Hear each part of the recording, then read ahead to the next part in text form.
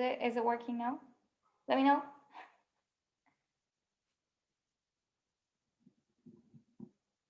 Yes. Hi. So we're getting a bit of the awkwardness out of the way. um, so as you can see, we have a different setup today. I wasn't really planning on doing this, but some people asked on Twitter, and I thought I'll just give it a go. My parents are out of the house, so it's kind of an okay timing to try this. Um, so yeah, so today while cooking, we're going to talk about BTS and everything that happened this week, maybe some stuff that happened last week, because I know it's been a while since I've done this podcast, and I'm really sorry. As you know, I'm sure you've seen, I have this job, and it's kind of taking everything from me. And the little time I have on the weekends, I just want to relax and be on Twitter and not do anything and just binge watch TV and really not think about anything. So that's why I haven't really gone to the podcast. It's just it takes so much time, like, to set everything up and put my makeup on and all that. And it's not something you want to do at the end of a long day, because I work, I get out of the house at 7:30 a.m. and I come back home at 9 p.m. So the last thing I want to do on weekdays is to put on makeup and then do a podcast. Um, but on the weekends, it's really put on makeup in the weekends and like do that. And yeah, so maybe I'll just start just doing it without makeup and see how it goes. I don't know if I have the confidence for that.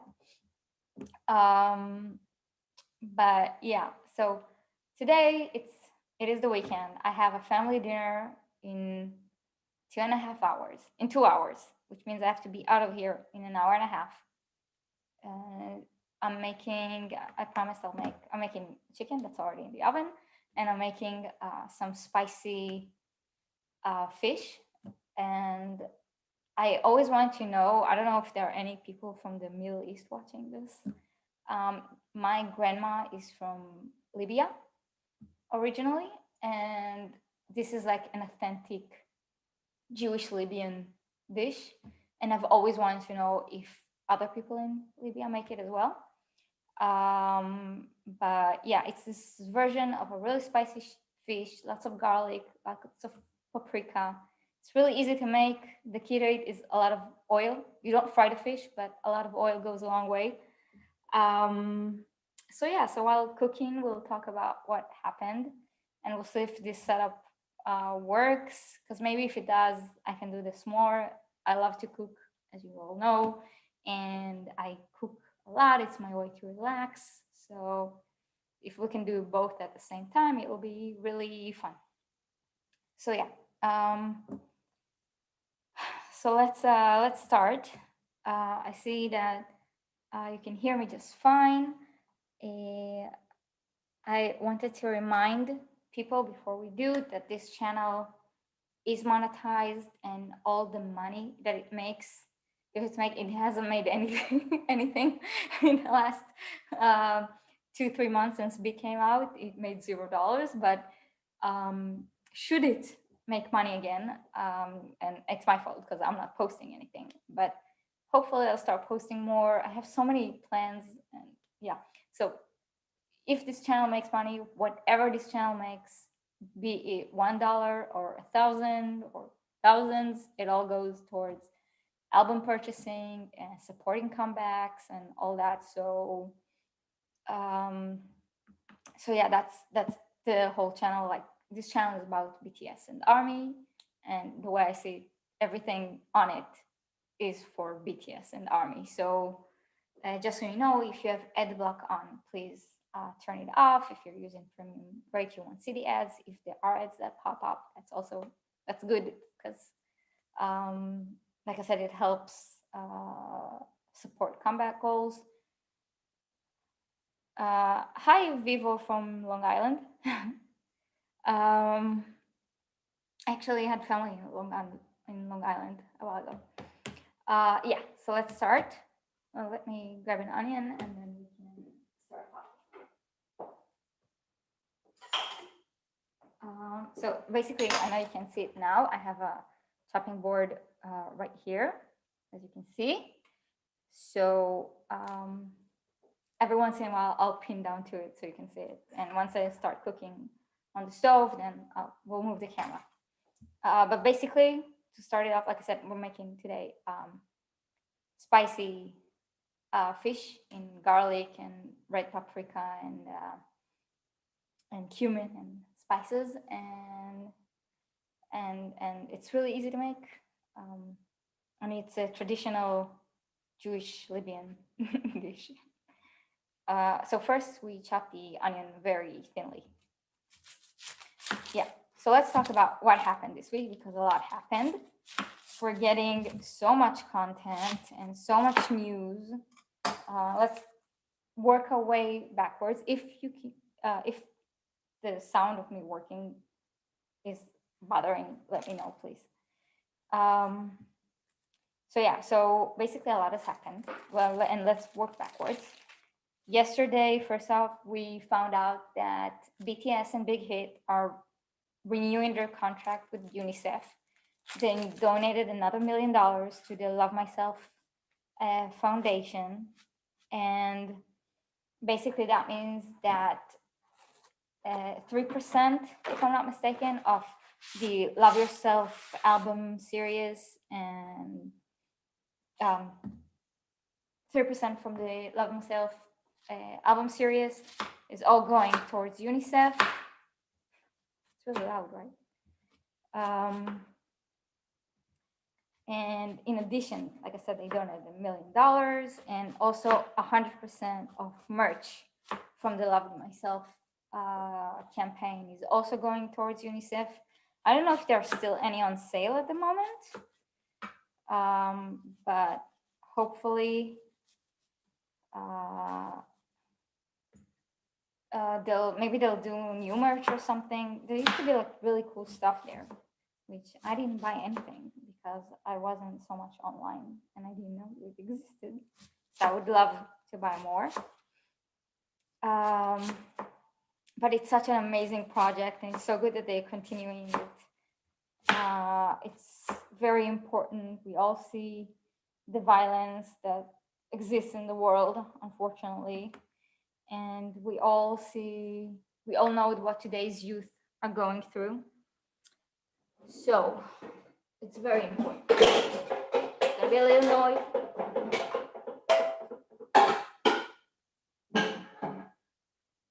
Basically, this is the type of dish you make this fish in. So as you can see, it's wide, so we can put all the fish in one layer, but it has thin walls.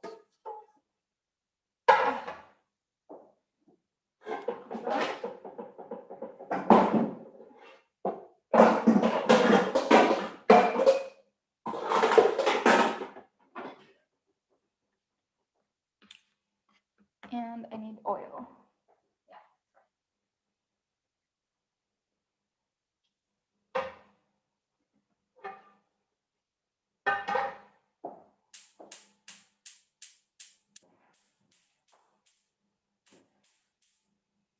Like I said, the trick with this fish is not to be stingy on the oil. So you put a nice layer of oil all over that pan and be generous with it. It just doesn't work without it. Yeah. Okay, so I'm gonna pin down a bit so you can see me cutting an onion. I know it's fascinating to see someone cut an onion. Let's see if this works. Yeah, look.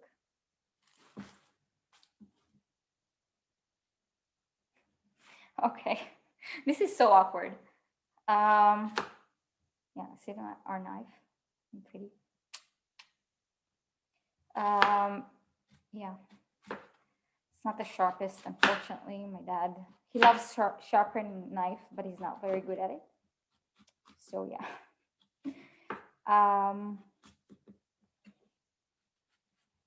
Yeah, so like we said, first was the UNICEF. And then if we're going backwards, then the second thing that happened yesterday and was very exciting was the BTS getting #1 on top global artists by IFPI. For those who don't know, IFPI is an not individual, but what's it called? It's like, it's not dependent. It's an independent body that moderates music consumption and basically analyzes globally the purchasing and streaming that artists do. And basically that way they can monitor and announce who is the top performing artist. And by performing, I don't mean concerts, I mean sales and streams and who's at the top, who sells the most. For those who don't know, last year there was a bit of controversy. I don't know if you saw, but the year in 2 years ago, BTS were like #2, if I'm not mistaken. And last year they got #8. Yes, I know, I'm doing a very poor job talking this. Yeah, so last year they got #8.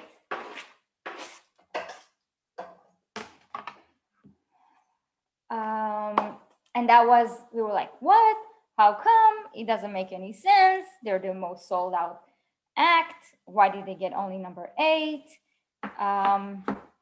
But the thing is that there was some disagreement between IFPI and the Korean charts. And instead of getting the data directly from the Korean charts, they got it from Big Hit. And since in Korea there isn't one chart that has, I can put it back on myself now. I think you've seen me chopping off onion. In Korea there isn't one big chart. There are 3, and each one of them represents something different. And as a result, Big Hit gave him the one that's the safest, the one that's least controversial. But that one, I can't remember which one is which, so don't get me on the names. One of them, the 2 main ones, one of them is just representing of purchases done in Korea, and the other one does take into account global sales, but it doesn't take into account, like if you bought something and then gave it back, it takes time for the chart to see that. So it doesn't necessarily represent real purchases. And when people are accused of sajegi, which you know is buying your own albums numerous times and making it seem like you did a lot of sales, that's what they do. They buy it a lot at once, and then they actually usually give it back. But since the chart takes a while to update, then that's how they pretend to have higher sales. Since Big Hit didn't want to be accused of that, they didn't do that. They gave the data of the local Korean chart. And as a result, BTS had lower sale counts. And because they didn't take into account all the global sales. And because of that, their IFPI ranking last year was much lower. It was a whole mess. Sorry. Now we're taking garlic.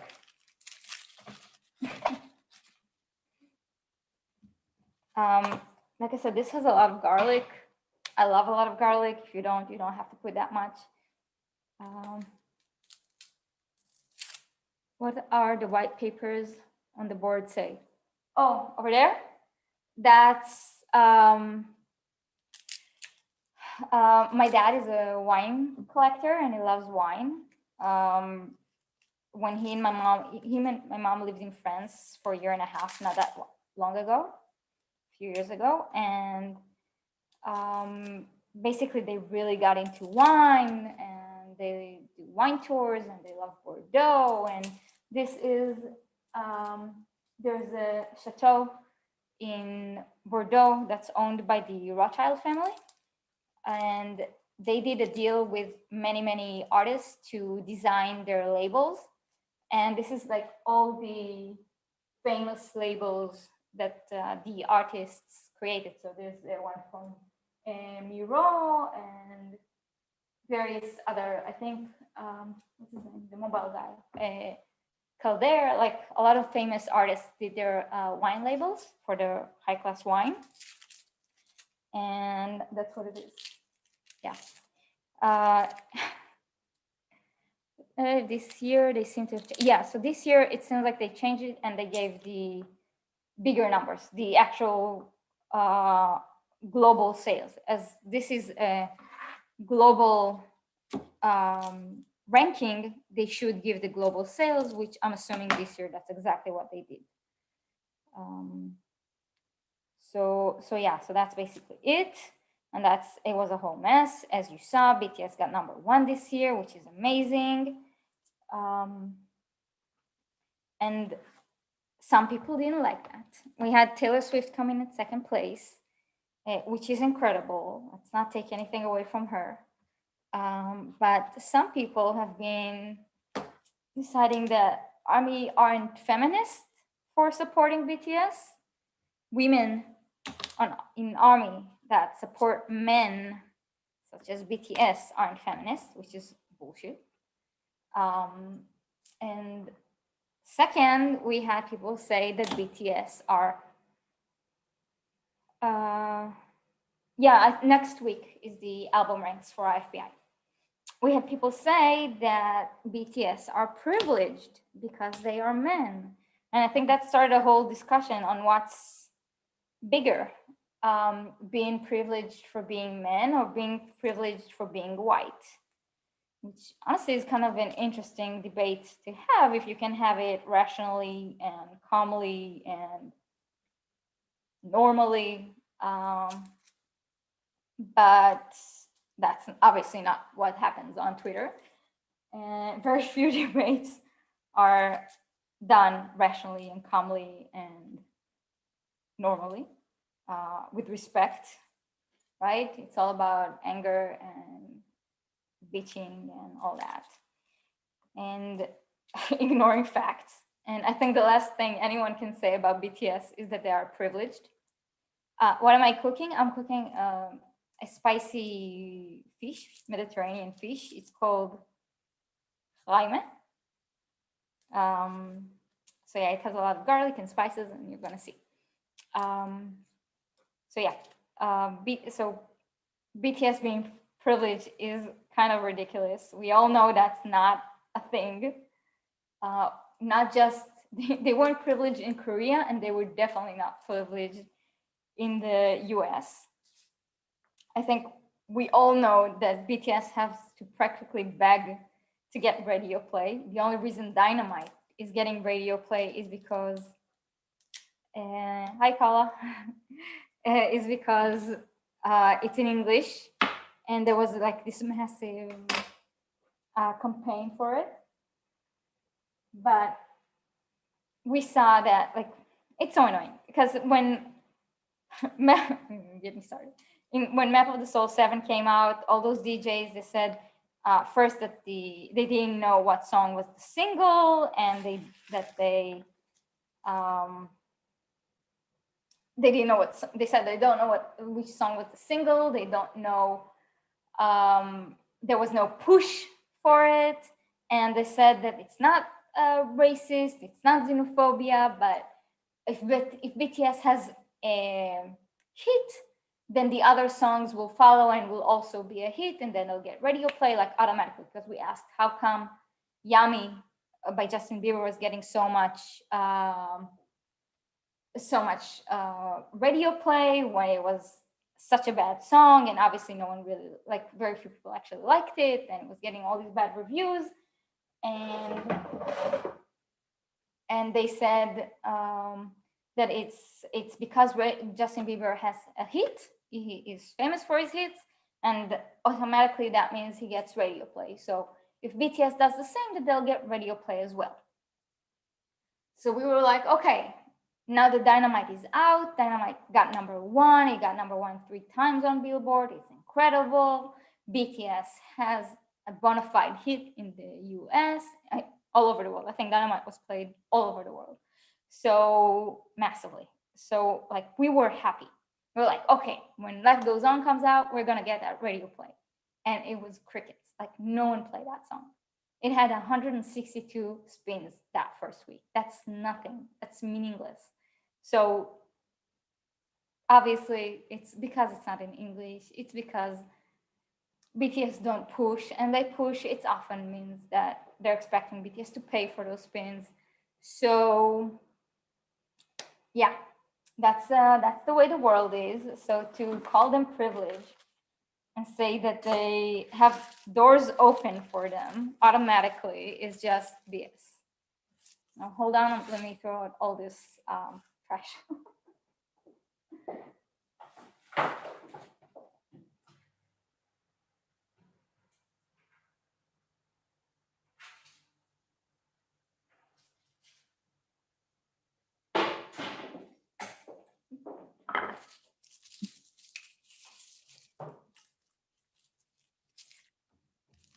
What do you think of this format? Does it work? Is it good?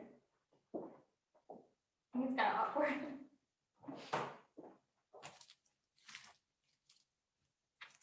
Okay.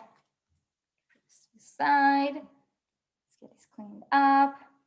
As you can see here, right? You can see here. I chopped some. I peeled some garlic. I have. What's it called? Help me. It's like it's a press for garlic, to get crushed garlic. It's the best thing there is. Like if you cook, I highly suggest having this. So yeah, now what we're gonna do is we're gonna crush the garlic, and we're gonna add spicy paprika and sweet paprika to it.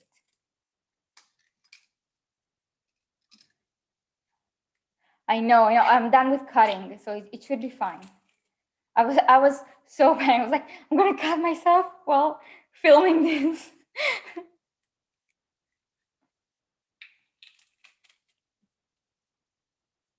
Yeah, but it's fine. It's fine. We're gonna make it work, right? Right? It's gonna work. Yes, exactly. Garlic crusher thingy.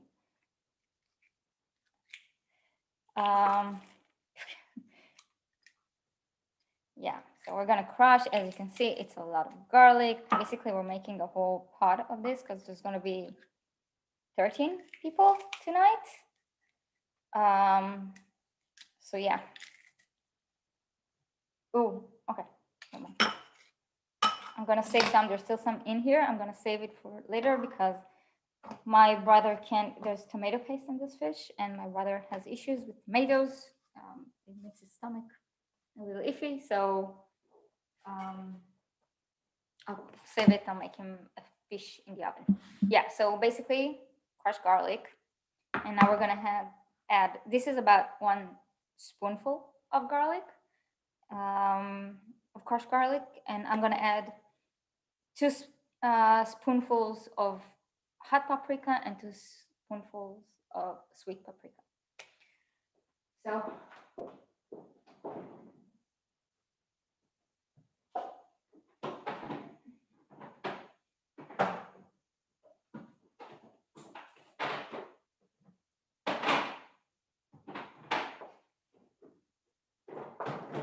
yeah, we keep our paprika in the fridge because it stays fresher that way, and it also keeps the bugs away.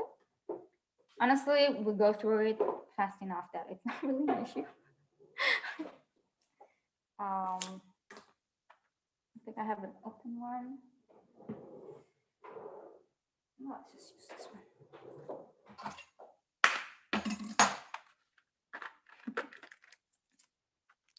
Yes, well, I do too. When I'm lazy to clean this up, I crush it with the handle of the knife. But it's much more fine this way. Okay, I think I'm going to do only one from the hot because, and yes, this is a teaspoon and not a tablespoon because I tend to add more later. So as you can see, you mix it. It's really dry. Like I said, the trick with this recipe is to add oil, just a whole lot of oil to everything. It just doesn't work when you're trying to not use oil. What can I say?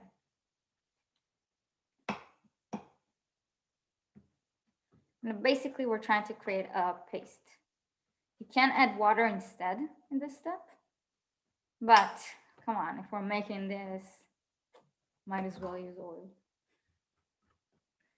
I know, I really want, okay, so for those who don't know, I'm trying to get time to film an episode with my brother where it will be like misconceptions about BTS. Hold on. Okay, so you see, you get this. If I added a bit more water, if I add a bit of water, it will create like an actual paste. But this is good enough. I don't want to, like, I want to keep it this way. Basically, I fry the onion until it's soft, and it's not even golden. It's just soft onion. I'll show you. Let's see if it works. Does it work? Is the camera long enough? Is the cable long enough? Hold on, we'll get there. Yeah, see? I think you can see, right? Yeah. So this is, I wonder if I can get the cable even longer. Okay, so this is the pen, right? No, here it is. This is the pen. You can see it's soft, and I'm gonna add the paste to it. Put this back here before things go crazy. To prevent it from like, we want to fry spices. Frying spices is always important. It helps them develop, and like all the smells come out, and you get this really good flavor from them if you fry them. But sometimes they can burn. This will get very bitter if it gets burned. So to prevent that, after doing like an initial 30 seconds fry, we're gonna add a tad bit of water to kind of open it up and make sure that it doesn't burn, okay? So let's add this in.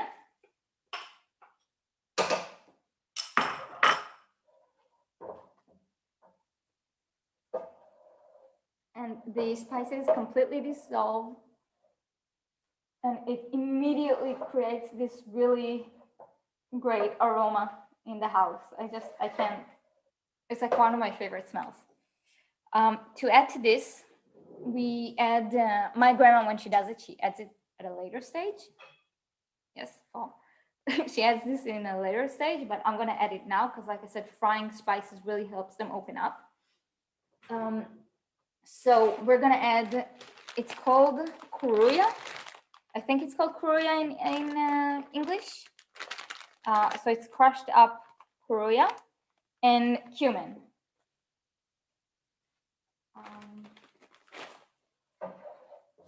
I really wish you could smell this now. Cumin, I have cumin somewhere here. Yeah. And cumin.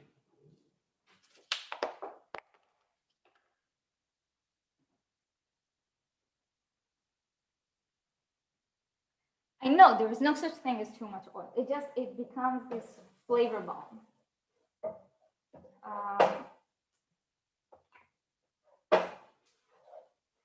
And I'm gonna show you the picture now, and you're gonna go crazy, like the video. Okay. So like I said, I wish you could smell it, but I know you can't. But I'm sure you can tell that it's good. Can you see it? Can you see it? You can see it. Here it is. You see it? Frying. Thank you, Wendy. That's really sweet. So yeah. Sorry.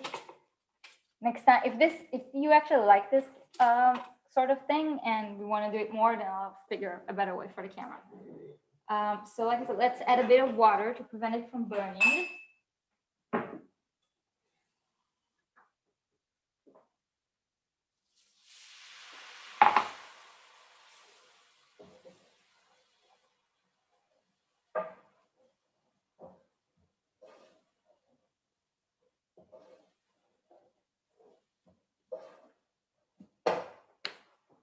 time is it? 6:04. Okay, we have time. It's fine. So yeah, so this is basically it. Now I'm gonna add tomato paste to this. I have really strong concentrated tomato paste here. Put it here somewhere. It's here, yes. So basically, just be generous with it. Since I'm making fish for 13 people, I need kind of a lot. Yeah, there's no wine in this.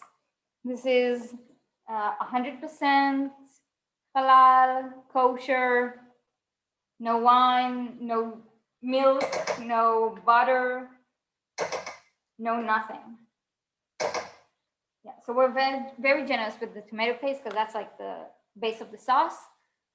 So we add the tomato, we let it, we add water, we let it cook for a while, and to get the flavors, the canned flavors from the tomatoes out, to get all the sugars developed and the acidity. The acidity actually works really good with the fish.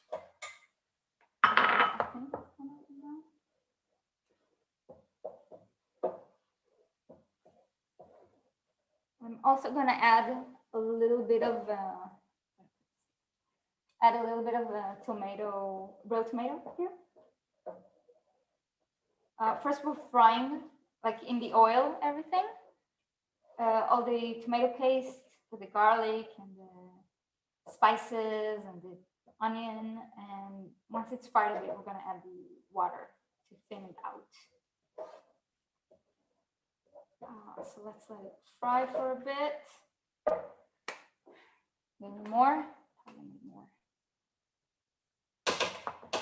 It's always a problem to add this at a later stage because it needs time to cook. So if you find out you need more later, it's a bit of a problem. So I'd rather just do it from the beginning.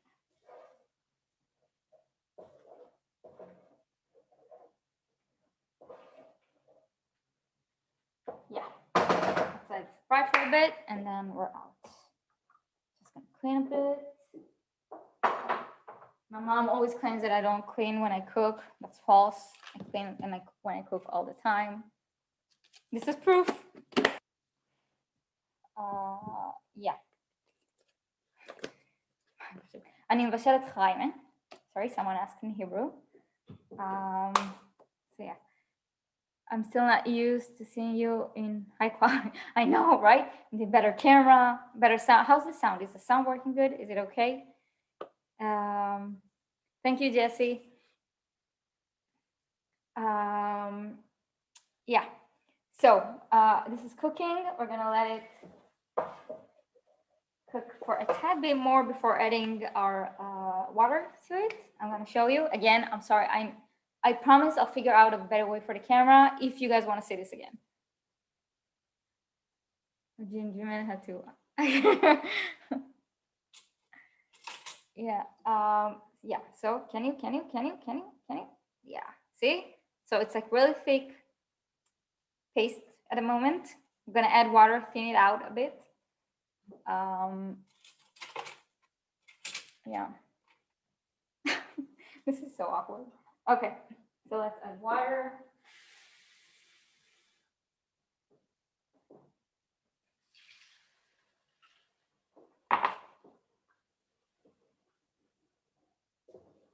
I added about, I would say a cup of water in. Maybe even a little bit more. It should be pretty runny. Okay, it's not a thick sauce. Because we still have to cook it down a bit, and the fish add a bit to it. So it's okay to be generous with the water now. You cook it uncovered for about 20, let's say 20 minutes. No salt yet. Okay, salt we can add later. Okay, so this is it. Embrace the awkwardness. If anything, BTS has taught us is to embrace the awkwardness. Okay, so on low heat, because otherwise your whole kitchen will be red. I think I'm gonna transfer it to a smaller flame. Which one? Oh. This one.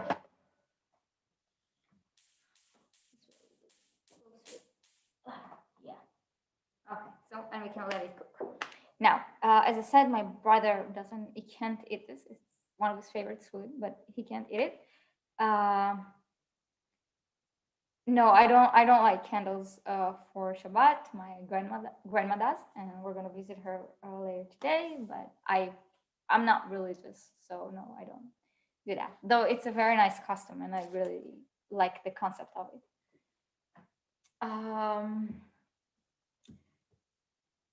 So yeah, I'm gonna make a sauce for my brother for his piece of fish. Technically, this this dish was made for people who don't have a lot of money. My grandparents came from a very, very, very humble / poor household, and like most Jews live in who lived in the Middle East. So money wasn't something that they had, and they only ate beef or meat on Friday. It's actually like on Friday you have to eat a piece of meat because that's the only day that you usually could afford to. But fish was something more common. Again, like these are Middle Eastern countries, so fish is more in abundance, and usually the kind of fish that you have with this dish is some sort of white fish that's common in the Middle East. So here I'm making it with salmon because we're not longer like salmon just tastes better, and I found like really good fresh salmon.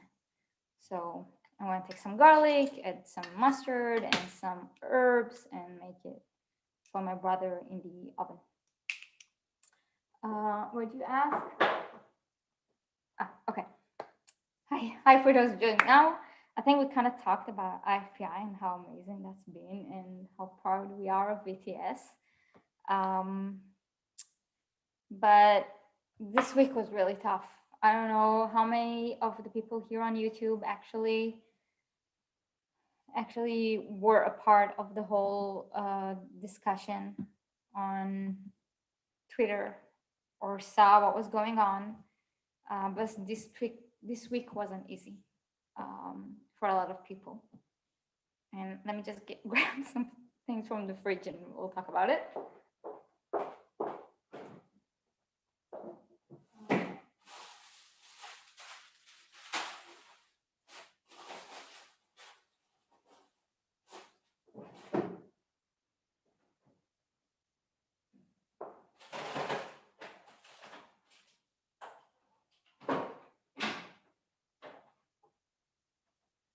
Sorry. I'm gonna be right there.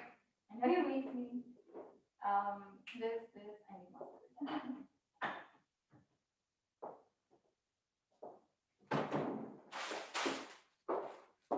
Yeah. So let's talk about what happened this week. Yes, it hasn't really been. It's never easy. Like I know people say like, oh, back then it used to be easier. People were smarter. There were less solos. It was just easier to be in this fandom, and that's like I've been on Twitter since 2018, and yeah, I don't remember a point where it was easy. There was always something. So if it wasn't solos, it was aunties. If it's not aunties, it's racists. If it's not like there's always something. So I personally don't remember it ever being easy to be an army on Twitter. And I don't think there's an army who would say like real army that would say it was.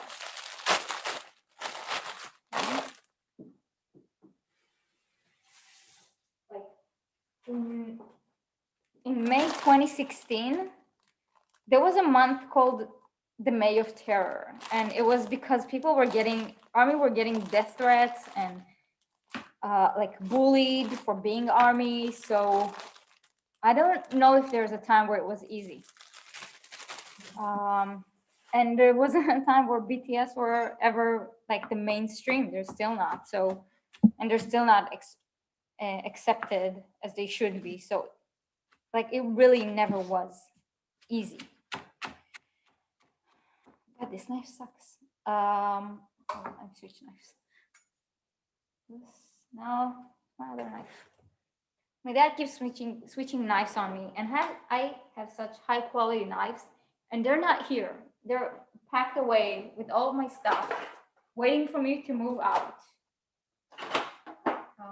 And I instead decided to stay here and save money, so I walked away.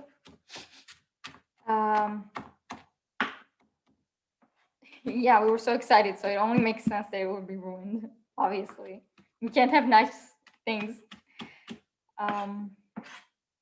So yeah, let's talk about it this way. So as we said, BTS performed on MTV Unplugged, which is a great honor. It's like the original show. I remember growing up in the 90s, and the original show was incredible. The performances, it meant that you were a true artist and that you could perform. You didn't need the beats, you didn't need like the high energy extra stuff, you didn't need crazy wardrobe, you didn't need anything. All you needed was a guitar, a keyboard, like a piano or something, and singing. That's all it was. Usually there was a crowd there, so you would interact with your audience. And it really meant that you were a true artist or a true performer. I wouldn't say true artist, but a true performer, because you didn't need all the extra stuff. You were good the way you are. And I think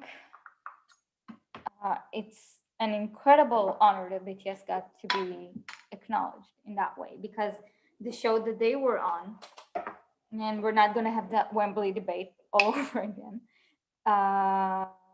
the show that they were on was the original version of the show. Yes, obviously they couldn't perform it in front of a live audience, so they did some stuff instead, but it's the original version. It's such an incredible honor to be a part of it. And they did such a good job, didn't they? Like, it was amazing. They really brought it, like, everything to it. All the performances were excellent. I'm so happy we get both that and the NPR performance this year. Life Goes On and Dynamite just sounds so good with the live band. I prefer Dynamite with the live band. It's so much better. The vocals shine so much better.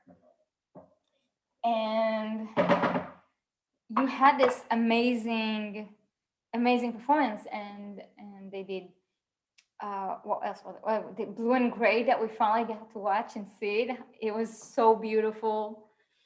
Telepathy, like everything about it was just, it made me feel so proud and so happy, and it was all so perfect. And they chose to do a cover of Fix You by Coldplay, which is one of my, when I tweeted, I said it was my favorite Coldplay. I think Scientist is my favorite Coldplay song, actually, but it's such a good song. And they did it justice. They did it so beautiful. Their vocals shined so bright on it. Jin just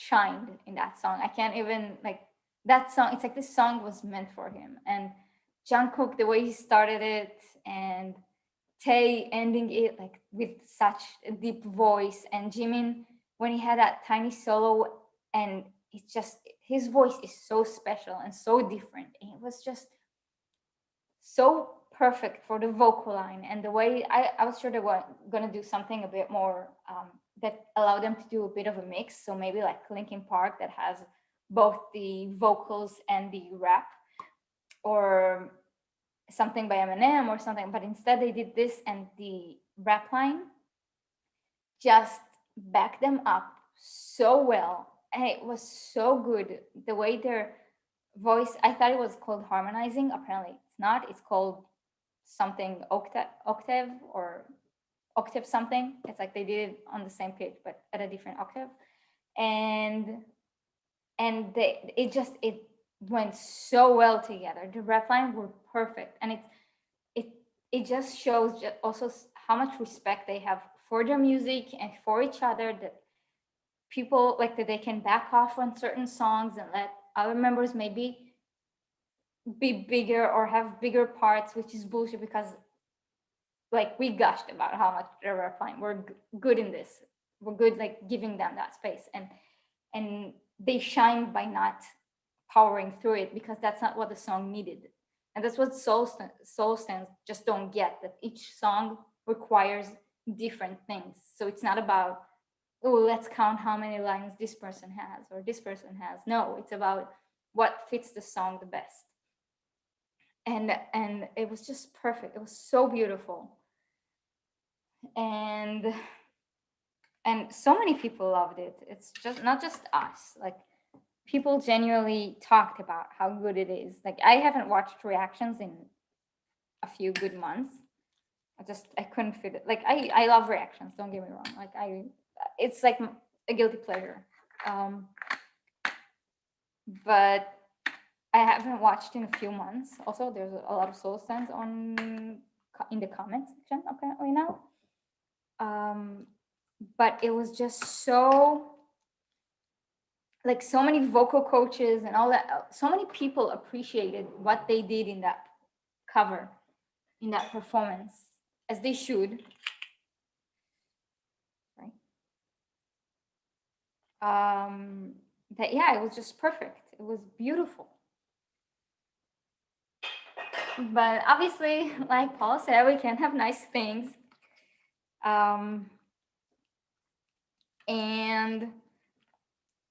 And yeah, like people had to come and ruin it and talk shit about it. And we're gonna talk about it in a second. But like I said, I have chicken in the oven and I have to flip it. So because I cook it with the skin side down, it's chicken thighs, and I cook it with the skin side down, and then I flip it at the end for it to be extra crispy. So hold on for a few minutes, take a break, go to the bathroom, do something. I'll be right back.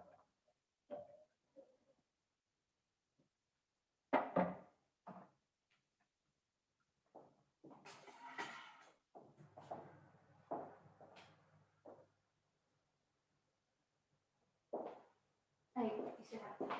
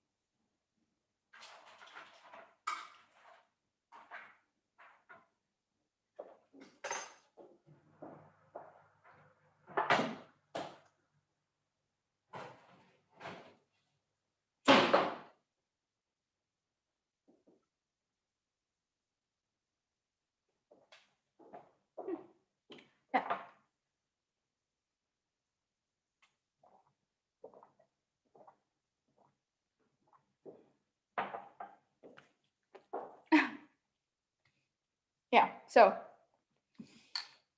let me just think about everything. Okay, so I have this. I have to put the fish in the oven in now, and then add it to the sauce as well.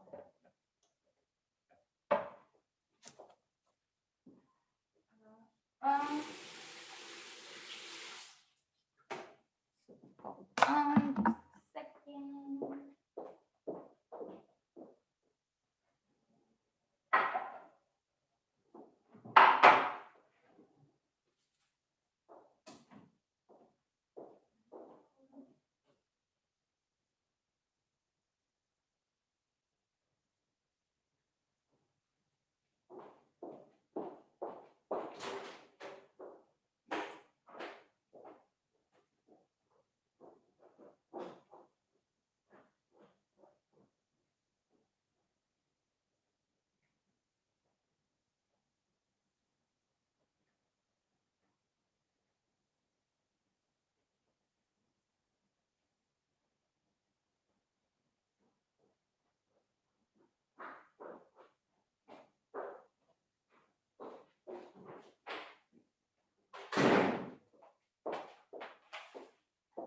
I'm back. Yeah, just needed to get some lemons from the tree. Yeah, for those who don't know, I'm cooking a spicy fish called jaime. It's basically fish cooked in tomato paste, garlic, and paprika. So yeah, let me put the fish in while we talk about some seriously, yeah, it's Libyan, Jewish Libyan. Yeah,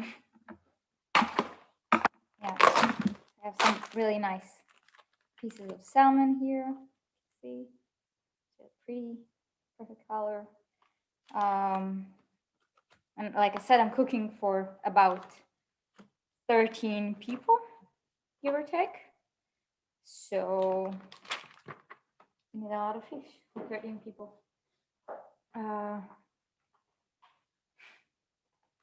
It's always how it is, people. We always just want to know their names, and then it all goes crazy. Yeah.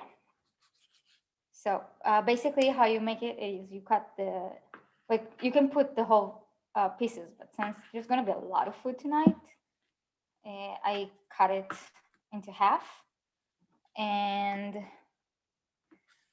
we salt it and add it to the soup, to the sauce. So generously salt it. My grandma, when she makes it like I said with white fish, and she usually, because these sort of fish are usually frozen, and then when you defrost it, they have that fishy smell. She salts it beforehand. Unfortunately, when you salt fish beforehand, the salt starts curing it and cooking it. So I prefer not to do that. I much rather just add the fish as is and salt it, but not actually salt the not actually salt, like let it sit in salt. She usually adds lemon juice as well, and like I said, it starts cooking the fish and firms it, and I don't like it. How many pieces is that? I think this one I'll save for my brother. I'll put it aside. I like this one. Yeah. So we have a douchebag to talk about. Basically, like I said, BTS did that wonderful Fix You performance, and then some radio dude in Germany decided to make some problematic comments about it. He basically said that, not basically, what he said was that BTS are like COVID, there should be a vaccine against them, that they are like SARS, and that they must be feel so full of themselves because they got to cover um, Coldplay's Fix You, and that's blasphemy. I'm not a religious person, but that's blasphemy. That's what he said. And then he added that they should go to North Korea for 20 years as punishment for daring to perform that song.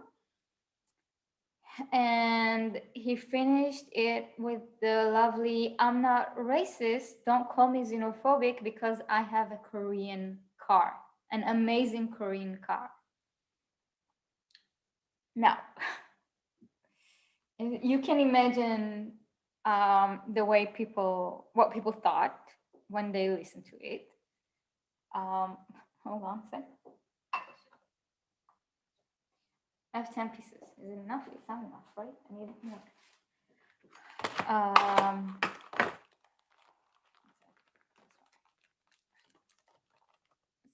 Why is it so big?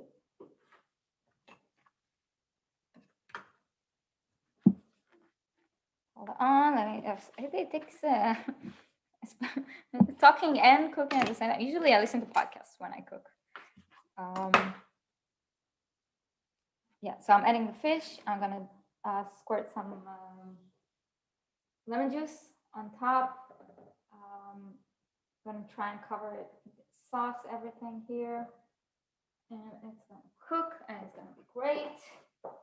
Put it aside, and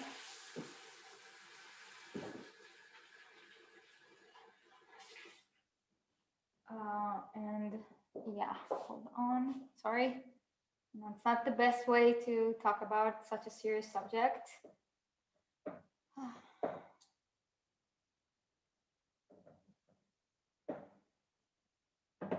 I'm gonna cover it for a bit and turn off the heat.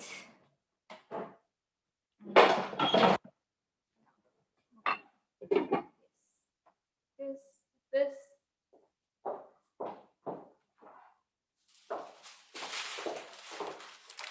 Yeah.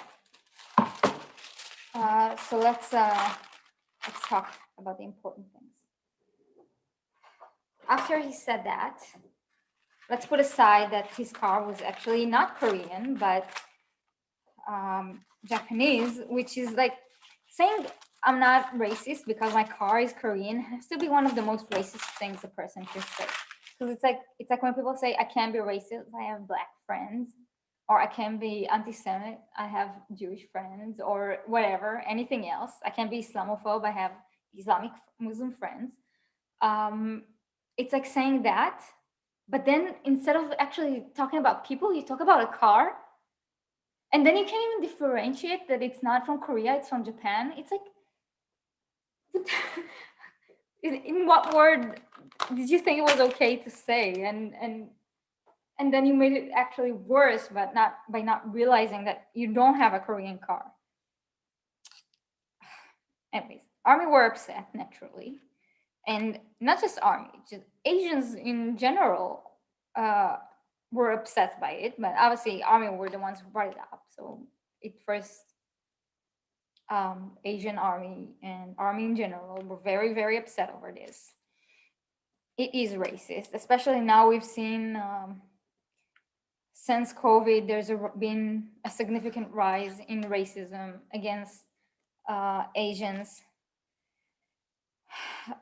People pushing them to train tracks while the train is going, and beating them and burning down businesses, and they've been through a lot in this crisis. We all have, but yeah, they've been targeted as the people who caused it when it's just idiotic, obviously.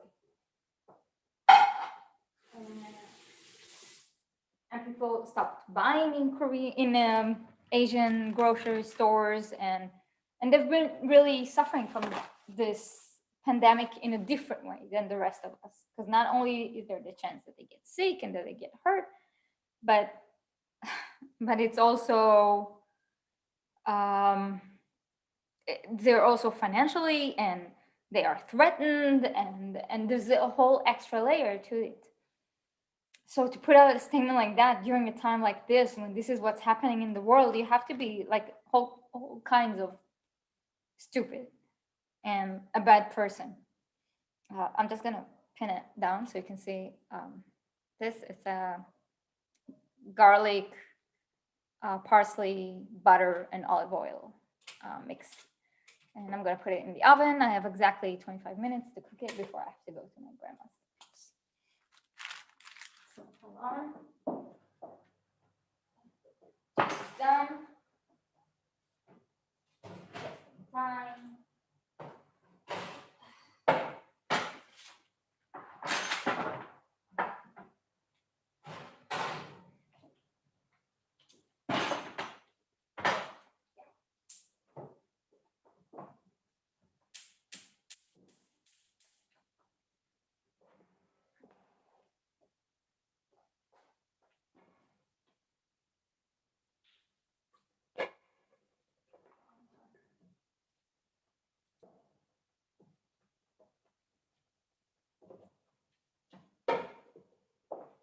Yeah, so obviously Army were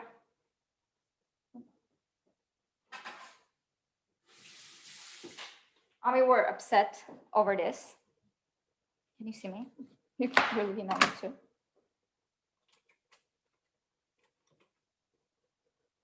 Better? Yeah.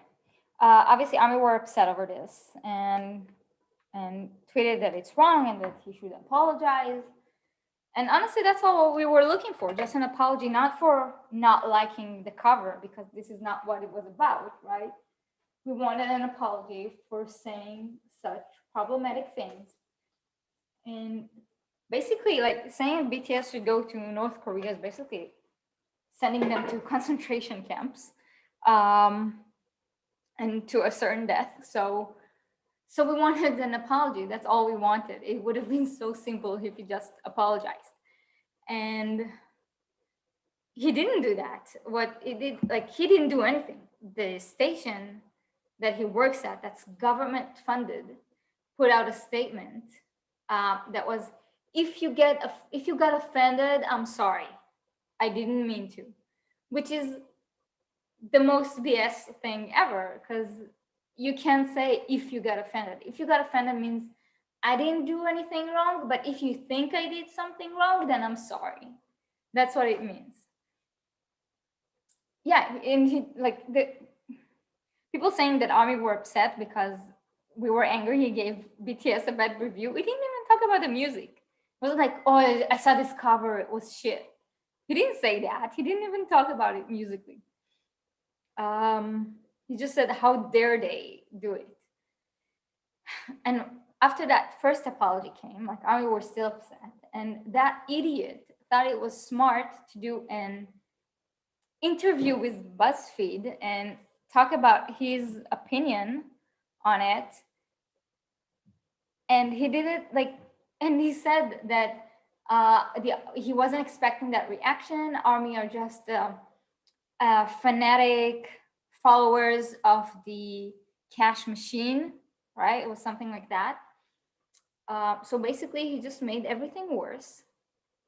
After that, they came out with a second apology a few days later. That Army were still very upset. A few days later, they came out with the second apology, which was just, there was nothing in it. There was no real, there was just nothing in that apology. It didn't have any substance to it. It didn't have, all it did was, it said that, again, like, they were very sorry. It was a very wrong thing to say, but he's getting threatened now. His family is being threatened, and that's not right. And it also said, trust us, he's not a bad guy. He volunteers all the time and helps with refugees. That's what it said. Now, I will never support death threats. Never. As someone who got death threats, I would never support death threats. So just put out the names, we'll report it. They didn't even give proof that he got death threats. all they said was he got them, and now they're trying to turn it on us, like we're the bad guys. And obviously Army wasn't having it. A few articles came out which were really good about it. We saw which journalists stand with BTS and with Army and which don't. I'd like to point out we had what's her name from the Atlantic, Jai, I think. No, not from the Atlantic, from forgot her name, sorry. But there's a Korean writer which wrote a wonderful article and very sad article about it. And what Variety? Where is she from? Oh, and Brian Raleigh from Forbes, which you can also see on this channel. I had an interview with him, and he talked about it, and he really just laid it out. Like he also talked about how wrong it is to discredit teenage girls. He talked about all the other times that BTS had to deal with that shit. That it's not the first time during COVID that this happened, because on Howard Stern show, some guy said that he refused to sit in the chairs because BTS sat there, and they obviously have COVID. And all the thing with the blue check mark, the British blue check attack that was a few months ago. So he really did a wonderful article about it. But we also saw silence from like Crystal Bell and Teen Vogue, who just retweeted an old article. We saw that person who used to be on this channel but isn't anymore, that claimed that he was a BTS journalist, stay silent on it and not write anything. The other Brian,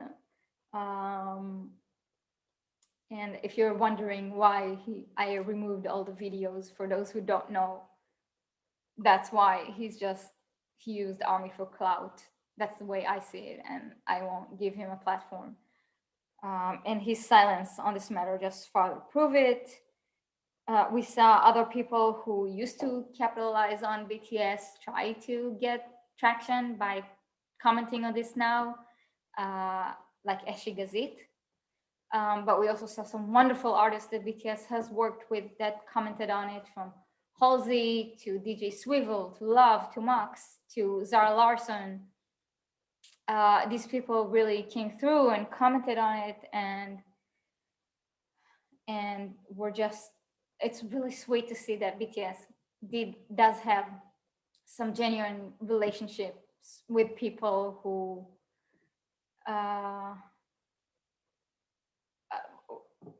worked with them and defend them like they should be defended, not just by Army but by everyone, because what was said was wrong. It's racist. It's not it's not subject to an opinion. It's not subjective. It's just is. So everyone, like other artists, should have stood up for it as well, whether they worked with BTS or not. It's just what needed to be done. So yeah, so we had all that, and then instead of just like just do a proper apology. That's all like people would want. We would move on, or say he's going to do community service or learn about the subject, get educated. Okay, then don't fire him. You don't want to fire him, don't fire him. Put him on probation, have him go through educational program to learn about racism and the racism that Asians go through. I'm sure there's a class online somewhere you can do. Like you don't have to, it's not 0 or 1. You don't have to fire the guy. Just do something productive. Just help. Just show that it's authentic, that apology is actual something.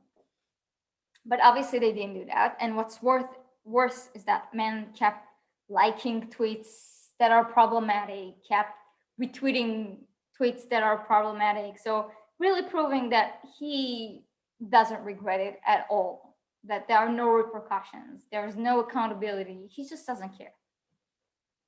And then, and also like you would comment and then his friends would show up, like they showed up in my comments a few times and just said say such nonsense and pick and choose what they want to support, what they want to comment on. And yeah, so that's basically it. And obviously the story isn't over, and it's that part isn't even over there, because they started an account. Let's go, hold on. It's bowling here.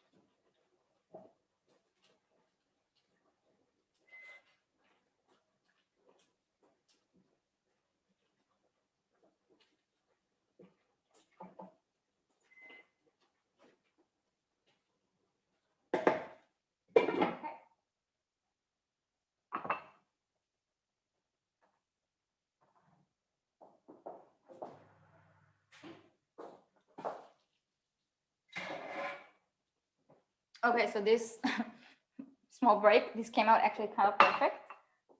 It's exactly how it's supposed to be, which is pretty great because I haven't made this in ages.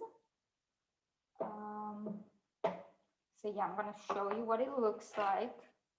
I'll just clean it up here. Here it is. Hold on, hold on. Can you see? See it? You see it bubbling, you see the oil, you see the fish. Yeah, so that's basically it. And that's done.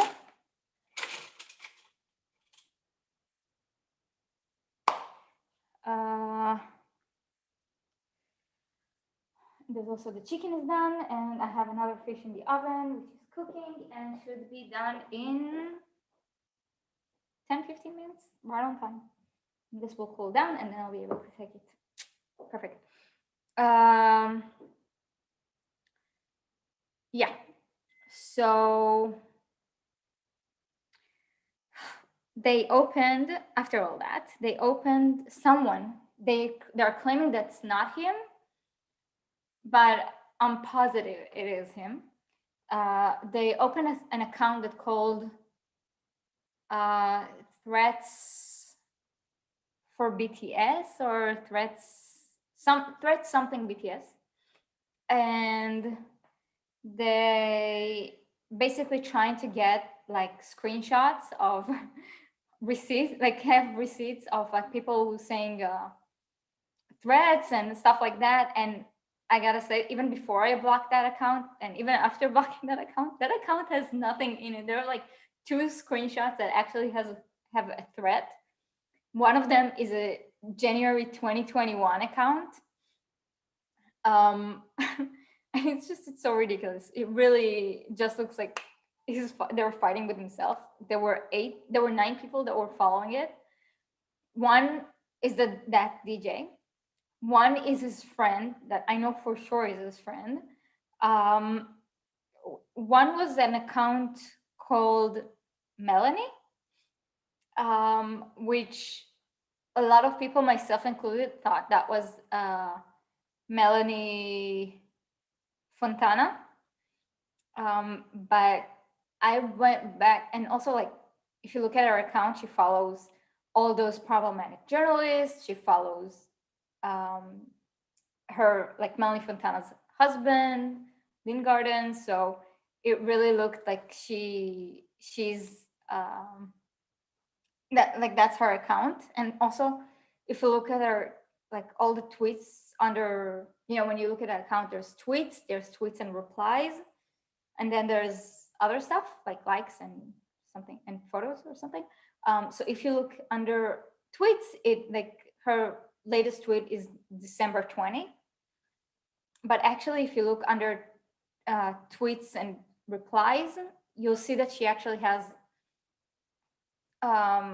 tweets from like 20, 18 or something that she wrote and that are voting tags. So I don't think it's really Melanie Fontana. I did think, I admit, I blocked her anyway, because anyone that like follows those kind of people, even if they're just doing it so they can get screenshots, I feel like it's fake.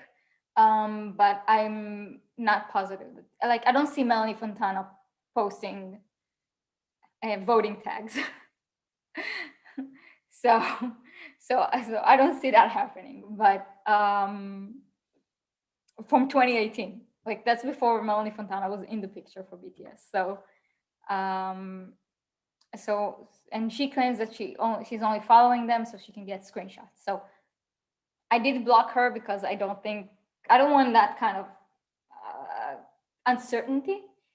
But yeah, but honestly, I don't think that's her.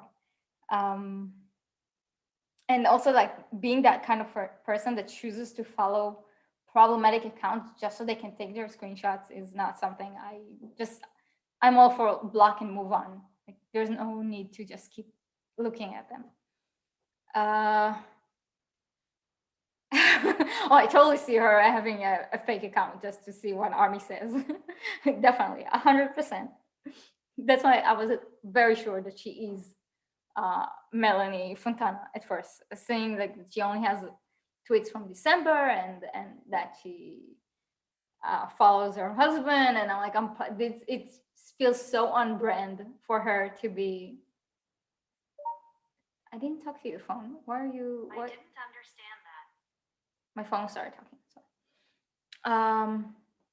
it feels very on brand for her to have such an account, but I don't think that's hers. So yeah, so we had that. It was fun, but it's still going. We're gonna have to see what they do and how long we can keep pushing this. Obviously, the longer it goes, the more tired. Like, we move on. So much stuff happens in Army life that we can't keep up. Like, just this week we had that. We have those amazing vlogs that we haven't even talked about, and which are just wonderful. And we have that Behind B, which I still haven't watched, and I'm gonna watch it tomorrow. I'm gonna have like a whole day to watch Behind B.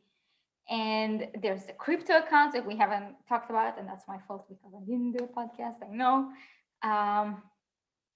Yeah, my phone is pissed too. It's like I don't get it. So there's a lot of stuff that happened, and there's a lot of stuff to talk about. I think since in 8 minutes, I have to go. We're gonna close this here for now, but hopefully when I'll get back from dinner in like 4 hours, 5 hours, 4 hours, maybe we can talk about the vlogs and the behind and all the stuff they share with us, and all the stuff they share with us, and that'll be really fun. I want to do like an Army Connect. I want to talk to people. I don't know why you're here listening to me talk for 1.5 hours. So I would love to talk to you. It's much more fun when I get to talk to people. So yeah, so hopefully when I get back, I'll have enough strength in me to do a proper podcast and talk to you guys. Yeah, and I think that's it for now. So we cooked. If you like this kind of thing, let me know. We can maybe do it again, maybe not, maybe I don't know. Whatever you guys think. I really want to get back into doing weekly podcasts, and I want to get back into doing the Army history. I think that would be really fun. And important. We see how important it is. So yeah. So I'm trying to get it back. This last month, because COVID. They stopped we had like a lockdown, so they stopped the train. So I had to go to work with a car. But now that like 50% of the country here is vaccinated, then they brought back the trains, and I take the train to work. So maybe I can edit on the way, and maybe actually be able to do proper videos. So I'm really hoping for that. So I hope to bring back the Army history, bring back the um, everything, the proper podcast, the Army Connect, all that. So we'll talk about it more next time we talk. Hopefully it will be later today, maybe not. But it was really fun. Bye, guys.